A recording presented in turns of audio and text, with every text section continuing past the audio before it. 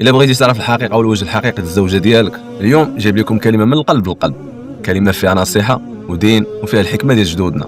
الا بغيتي تعرف الحقيقه والوجه الحقيقي للزوجه ديالك، تخاصم معها وقطع الغاه، غادي تصدم في الحقيقه، وهذا واقع عايشته من كثره شكاوي الازواج من زوجاتهم.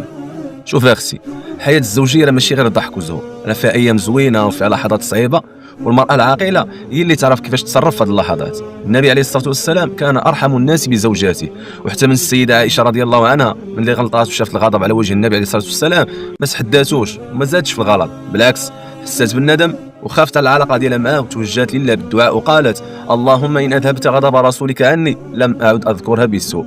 شوفوا كيفاش كانت الحكمه واللين. الزوجه الذكيه هي اللي فاش تشوف راجلها معصب ما تزيدش النار على النار، بالعكس تبين ليه الندم وتلطف معاه بالكلام الطيب، تعتذر بلا تكبر وتوري انها حريصه على قلبه وبيتها. هادشي راه كيأثر على قلب الراجل، كيخليه يحن ويرحم ويشفق على مراته ويرجع المحبه والسكينه للدار. الحياه الزوجيه راه ماشي حرب، راه موده ورحمه، واللي كتزرع اللين والاعتذار كتجني الحب والاحترام.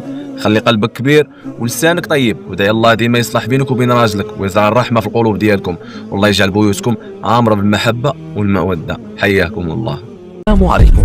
لا تنسوا الاعجاب بالفيديو والاشتراك في القناة تشجيعا لنا لنستمر